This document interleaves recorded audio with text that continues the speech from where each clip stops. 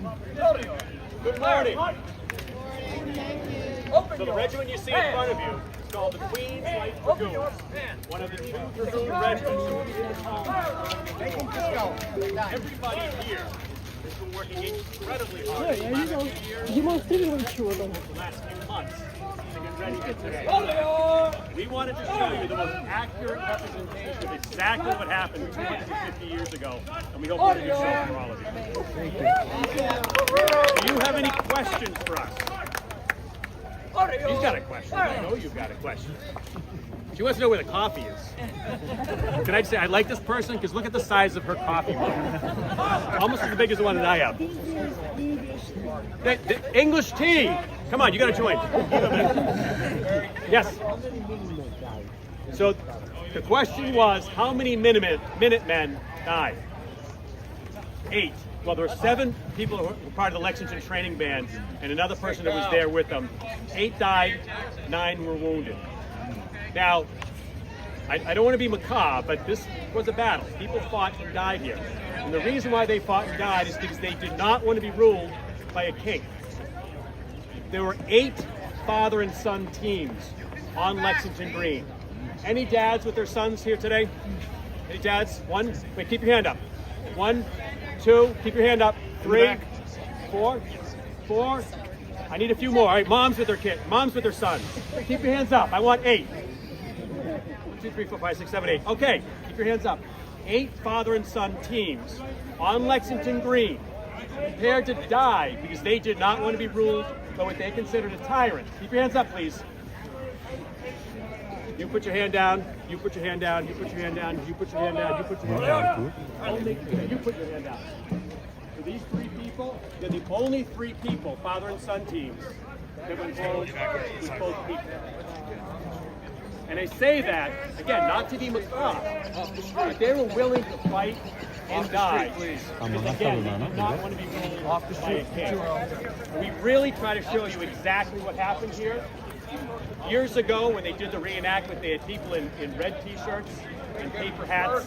And you can't appreciate what the Lexington training band did that day with people with red t-shirts and paper hats. You need to be dressed the way that we are, doing this perfectly. We keep close ties with our regiment today. Our regiment still exists. They're called the Royal Lancers. They sanction what we do. Do we have any current military people or former military? Let me ask you a question. Can anybody ever wear your old uniform? The answer is no. We've received permission from our regiment today, the Royal Lancers, to wear this uniform. This is a real military uniform. The one thing you'll never hear me or anybody here talk about are these being costumes. This is the real uniform that they wore and died in during the American Revolution. And we take it very, very seriously. So I'm the captain. When one of my men come up to talk to me, they will salute. I'm a captain, so if I see a major, I will salute. We really try to do this correctly. All right, any more questions? There's got to be some. What? Thank you. What about Englishmen? How many English guys died? So, how many English people died? So only 1 member of the 10th Regiment was wounded in the knee this morning. The way back from the Concord Bridge, a different story. A completely different story. Yes, we got a question. How many Englishmen were there? So 700 and some odd people marched off from Boston, and there are only 77 Minutemen. Now, if you notice, they were standing on that green. They were not going to let us pass. But I don't know if you could see this, but when we charged bayonets, I don't know if you saw this. As soon as we charged those bayonets, they decided they had better places to be. Shoot for hard. Okay. Put your bayonet on. So this is my sergeant, and he's going to show you what the bayonet looks like. I'll just question a second. See that's the sort of that bayonet, that's exactly what the Minutemen decided they had better places to be, because that always works. Any questions? Jerry, Yes, exactly. what's happening? So we portrayed the 16th had a dismounted. The question is, if you're dragoons, where are your horses? We had a dismounted section. We portrayed the dismounted section of the Queen's Light Dragoons.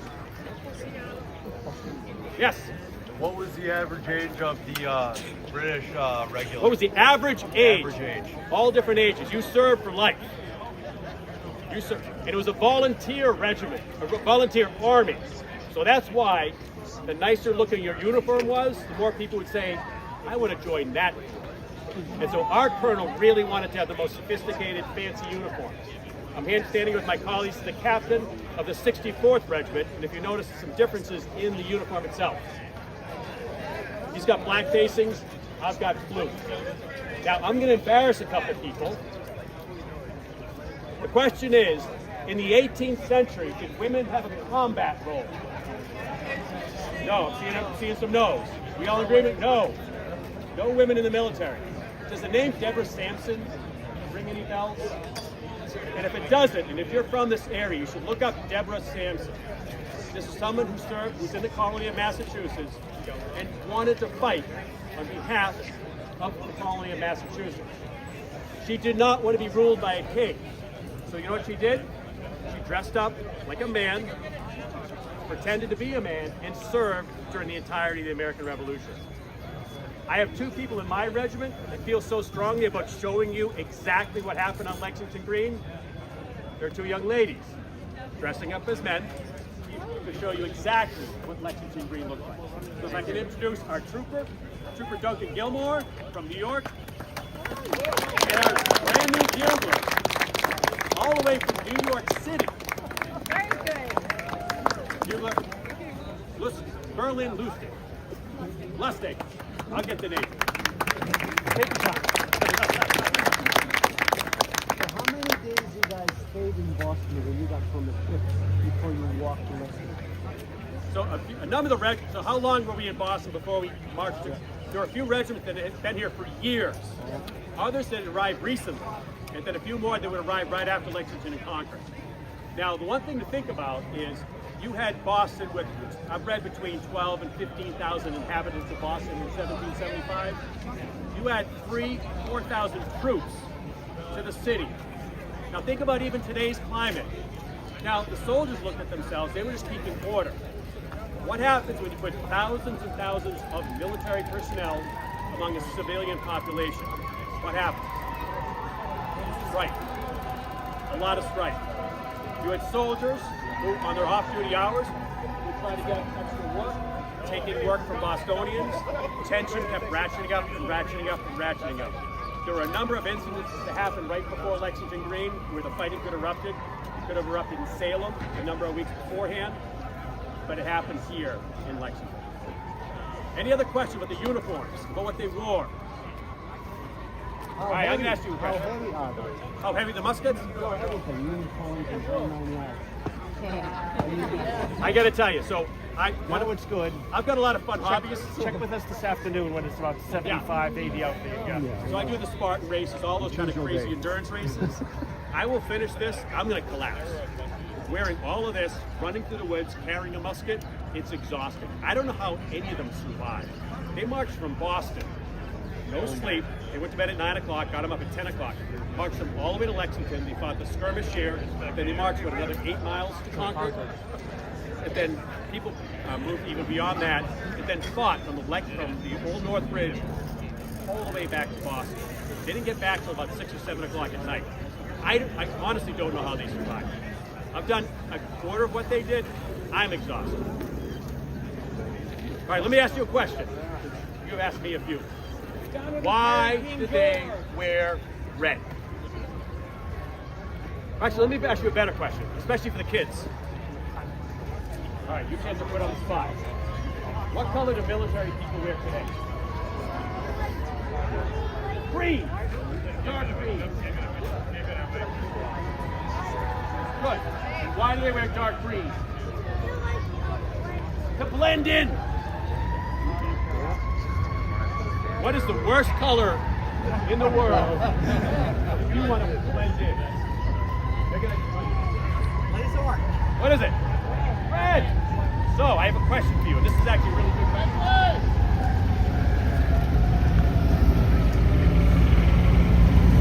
England conquered half the world wearing red.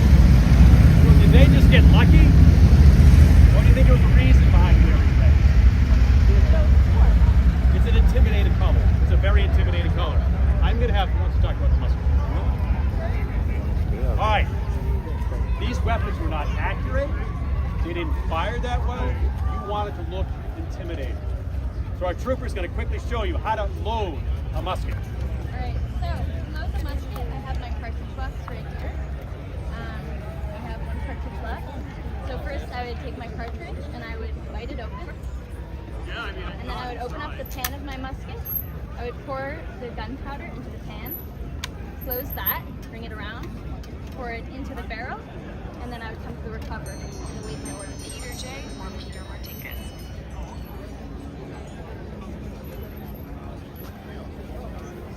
Good? All right.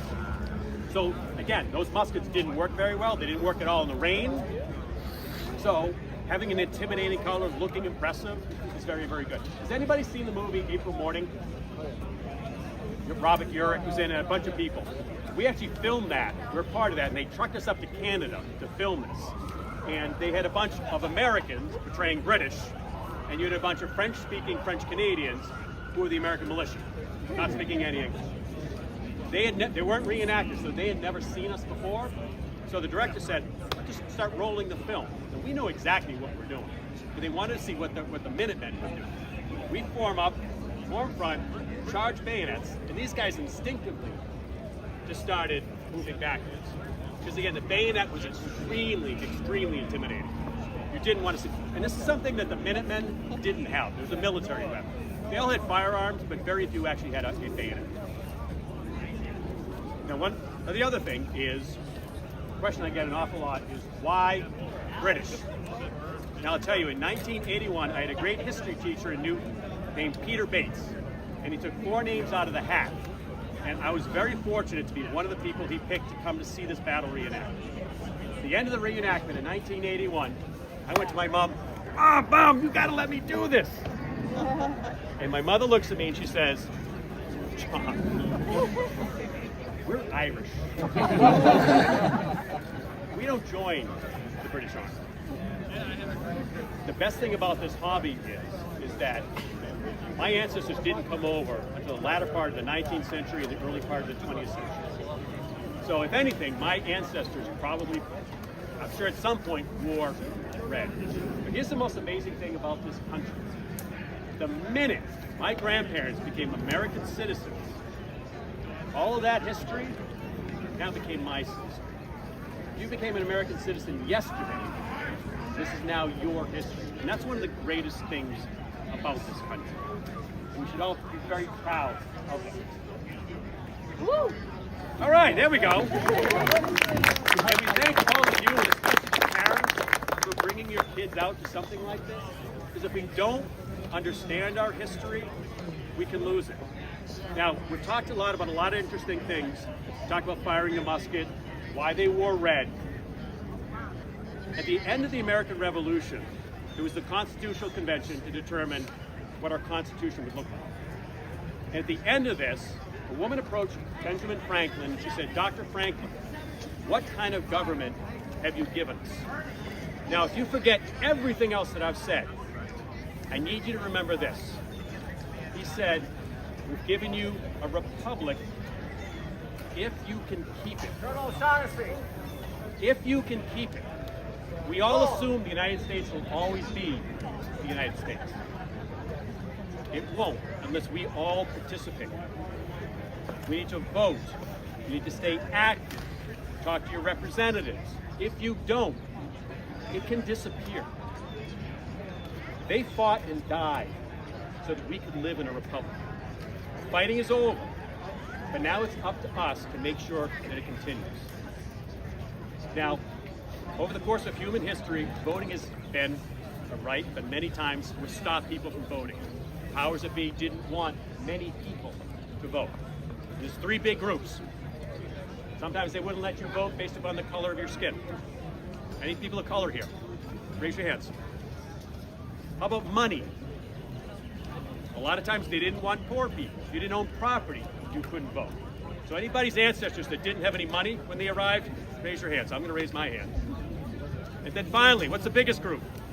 Women. Women. All right. Anybody that didn't have that doesn't had an ancestor who was a woman, raise your hand. All right. Look around. We're all in this together. Does everybody remember the motto that's on the dollar bill?